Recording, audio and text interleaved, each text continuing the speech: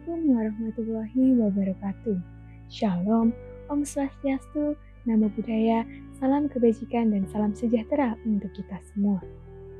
Dewan Juri yang terhormat, perkenalkan kami dari tim Kerajaan Tidore yang akan dibawakan oleh saya, Aziza Azahra selaku pembicara pertama dan penyimpul, Irma Aulia selaku pembicara kedua, dan Muhammad Guntur selaku pembicara ketiga.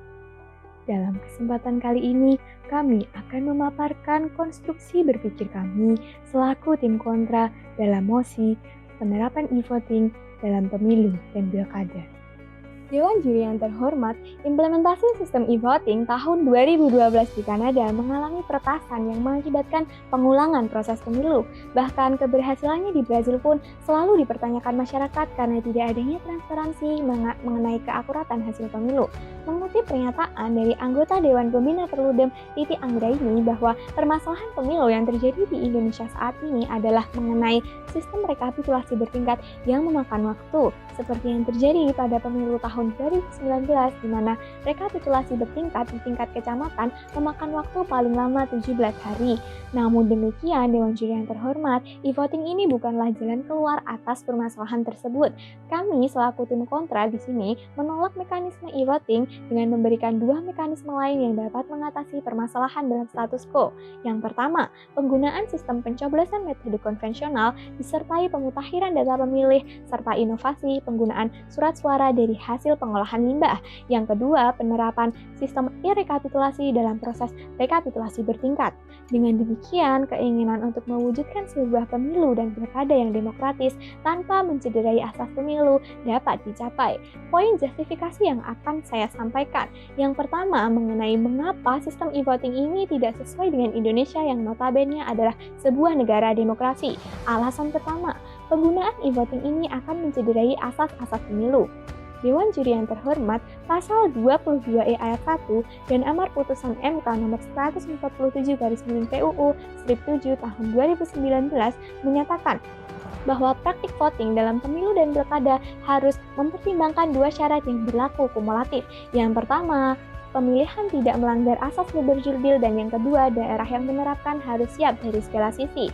Dengan ini, kami selaku tim kontra akan memaparkan mengapa kemudian e-voting ini mencederai asas-asas liberjurdil. Dewan Juri yang terhormat, e-voting ini merupakan teknologi yang eksklusif. Hal tersebut melanggar asas umum pemilu, di mana seharusnya semua masyarakat yang memiliki hak voting dapat mengikuti proses pemilu tanpa terhalang adanya kemampuan dalam penggunaan teknologi. Selain itu, apabila e-voting diterapkan di daerah secara berkala, timbul kesenjangan yang besar antara daerah yang masyarakatnya melek teknologi dan yang belum melek teknologi, sehingga asas adil juga akan tercederai.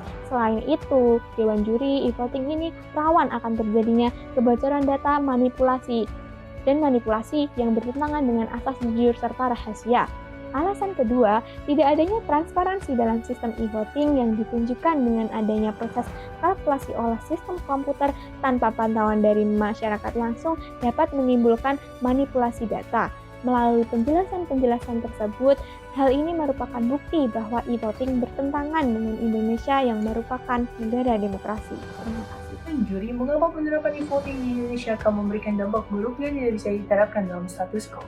Ada dua alasan yang melatar belakangi mengapa kami bangga mengambil stance kontra terhadap e-voting dalam pemilu dan pilkada secara serentak ditinjau dari konsep negara demokrasi dan konsep multikulturalisme Indonesia. Masuk ke dalam poin pembahasan kami dengan argumentasi dan dua justifikasi, yaitu pertama, mengapa pemilihan e-voting justru mengurangi nilai demokrasi. Negara demokrasi merupakan bentuk pemerintahan di mana formulasi kebijakan secara langsung ataupun tidak ditentukan oleh suara dari mayoritas masyarakat yang memiliki hak. Karena nantinya suara rakyat lah yang akan menentukan masa depan dari pemegang kursi wakil rakyat, sebagaimana dijelaskan dalam pasal 22E dan pasal 18 ayat 4 Undang-Undang Dasar 1945. Namun, dalam penerapan secara nyata, nilai demokrasi ini tidak mampu dipenuhi oleh sistem e-voting dalam pemilu dan pilkada serentak karena beberapa alasan. Yaitu sistem e-voting memiliki kerentanan terhadap kesalahan pemrograman yang membuat keamanan dan kredibilitasnya perlu untuk kita pertanyakan. Setiap pemrograman komputer memiliki peluang besar untuk terjadi kesalahan bug atau hack. Hal ini bisa mengindikasikan adanya potensi kecurangan dari kerentanan sistem komputer yang berjumlah dengan tingkat kepercayaan publik sebagaimana terjadi di Belanda pada tahun 2016, di mana terjadi penolakan oleh masyarakat dan membuat pemerintah sulit untuk mengembalikan kepercayaan masyarakat. Jika ini terjadi di Indonesia, bisa berimplikasi pada turunnya angka kepercayaan publik dan pertambahan angka golongan putih. Oleh karena itu, tidak ada urgensi untuk mengubah dengan penggunaan e-voting. Dewan juri, tanpa dukungan partisipasi publik, legitimasi dari legislator atau pemimpin yang dipilih akan ikut berkurang. Karena itu penting untuk menyadari bahwa e-voting dapat bekerja di satu negara tetapi tidak secara otomatis berarti cocok untuk semua negara. Masuk ke dalam poin kedua justifikasi kami. Mengapa sisi multikulturalisme Indonesia tidak siap menerima e-voting serentak untuk pemilu dan pilkada? 34 provinsi di Indonesia hadir dengan bentang alam dan karakteristik masyarakat dengan kemampuan menguasai teknologi yang berbeda-beda. Alasan inilah yang dapat menjadi tantangan terutama bagi SDM selaku penyelenggara e-voting. Menimbang dari segi infrastruktur dan keadaan masyarakat, Indonesia masih belum memenuhi spesifikasi penggunaan e-voting karena Indonesia masih memiliki daerah 3T, tertinggal, terdepan, dan terluar. Sehingga daerah ini pula yang seharusnya dijadikan sebagai pokok acuan pertimbangan aku yang memberikan tantangan kepada SDM penyelenggara untuk mampu menyediakan keberadaan sinyal internet yang tidak masuk ke wilayah mereka dan tidak bisa dilakukan secara bertahap karena keadaan wilayahnya yang tidak memungkinkan. Kemudian permasalahan lain yang juga muncul adalah kurangnya pemahaman masyarakat mengenai teknologi. Permasalahan ini berpotensi mencederai asas kerahasiaan pada pemilu karena nantinya petugas akan masuk dan membantu mengoperasikan sehingga kelemahannya akan sama seperti pemilu konvensional, yaitu kecurangan suara di mana petugas e-votingnya tidak disiplin membujuk pemilih awam teknologi untuk memilih calon pilihannya. Tantangan inilah yang sama-sama dihadapi jika ingin menggunakan e-voting. Maka dari itu, dari semua pertimbangan yang telah dijabarkan, Indonesia harus tetap menggunakan pemilu konvensional dengan syarat penambahan mekanisme e-rekapitulasi dalam perhitungannya. Sebab yang bermasalah dari pemilu konvensional bukanlah sistem pemungutan suara, tetapi ada pada perhitungannya. Justru e-voting yang harus diragukan karena bersifat tertutup dengan pengumpulan suara yang otomatis langsung terkirim ke data pusat, serta tidak ada sama sekali bukti pengumpulan suara di depan orang banyak, sehingga jika nantinya ada partai atau calon peserta yang dianggap menang ternyata kalah, e-voting lebih beresiko memunculkan perang tuduhan antar calon atau parpol peserta pemilihan umum. Maka untuk mencegah resiko tersebut, disinilah peran pemilu konvensional dibantu mekanisme e-recapitulation sangat diperlukan dalam mengatasi kelemahan dan kekurangan pemilu konvensional yang diragukan oleh pihak pro. Lalu mengapa e-recap yang bisa melengkapi kekurangan pemilu konvensional? Setidaknya terdapat 3 manfaat dari e-recap. Pertama, meningkatkan transparansi melalui transmisi elektronik atas hasil penghitungan suara. Kedua, menampilkan dan memvisualisasikan hasil penghitungan suara di pusat rekapitulasi. Ketiga, membuka data hasil penghitungan suara kepada media dan pemangku kepentingan lain secara real time.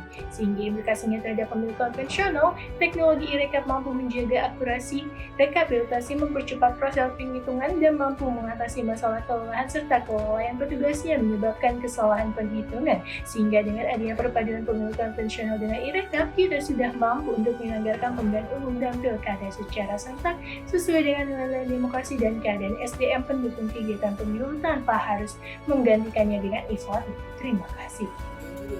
Saya sebagai pembicara ketiga akan kembali merekonstruksikan bangunan argumentasi kami berdasarkan komparasi yang kami lakukan. Komparasi ini akan kami lakukan berdasarkan 3 aspek. Yang pertama, transparansi, kerahasiaan, dan kepraktisan. Dalam aspek transparansi, nyatanya pemilu konvensional dapat memenuhi asas pemilu yang transparan dengan maksimal.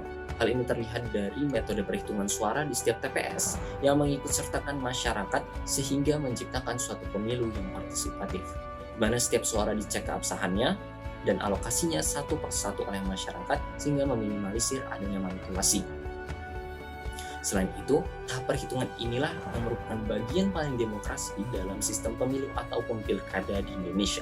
Transparansi ini juga bisa semakin meningkat jika proses rekapitulasi dilakukan dalam suatu sistem elektronik yang berupa e-rekapitulasi, sehingga meminimalisir adanya kemungkinan manipulasi dalam tahap rekapitulasi berjenjang.